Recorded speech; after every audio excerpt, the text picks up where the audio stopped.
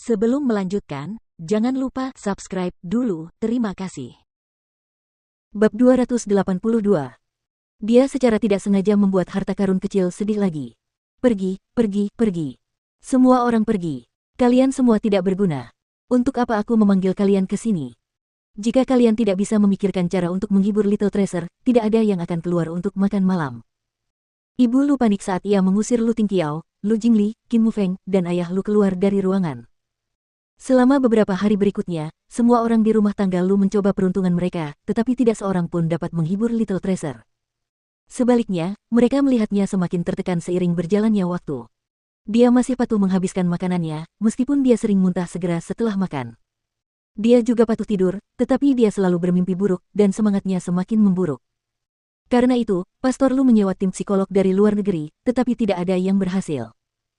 Mereka semua menjawab bahwa masalah jantung harus disembuhkan dengan cara mengatasinya, atau mungkin diperlukan pengobatan dan terapi jangka panjang untuk mencegah kondisinya memburuk. Pastor Lu sangat marah.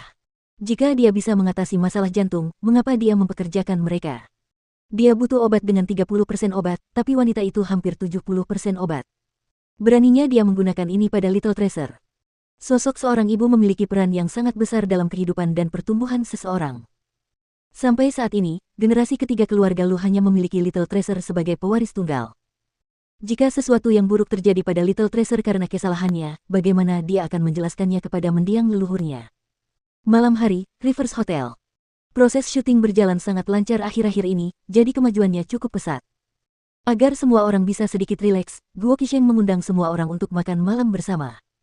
Semua orang telah bekerja keras, terutama Ningxi yang memiliki lebih banyak adegan. Saat syuting selesai, saya pasti akan mentraktir semua orang dengan pesta lagi. Semangat! Bersulang, semuanya! Bersulang! Terima kasih atas traktirannya, sutradara. Saat Ning Xueluo yang duduk di pojok mendengar kata-kata, Ningxi yang memiliki lebih banyak adegan, dia mengepalkan tangannya begitu keras hingga kukunya menggores telapak tangannya. Namun, di luar dia hanya bisa mempertahankan senyum sopan.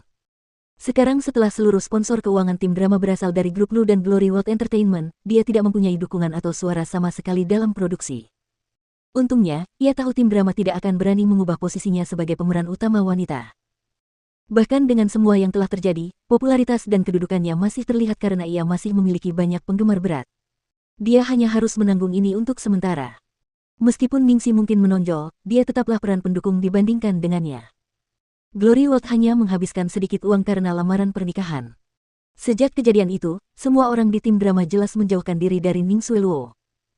Mereka hanya berbicara di sekitar Ningxi dan Jiang Muye, mereka berdua bahkan lebih populer daripada para pemeran utamanya sendiri. Ning Xueluo merasa canggung karena diabaikan, jadi dia menoleh ke Zhao Shizu di sampingnya yang juga mengalami nasib yang sama. Shizu, ikan hari ini lumayan, kamu harus mencobanya.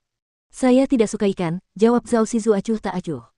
Awalnya Jiang Muye sudah mencuri perhatiannya, dan kemudian dia terlibat dengan gangguan wanita ini.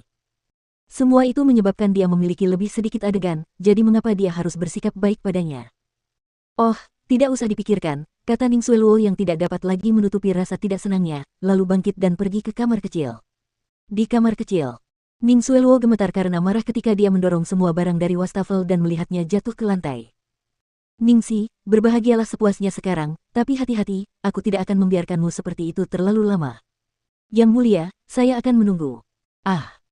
Kau, Ningxi, tiba-tiba sebuah suara datang dari belakangnya dan membuat Ning Xueluo ketakutan, dia pun berbalik dan mendapati Ningxi berdiri di sana.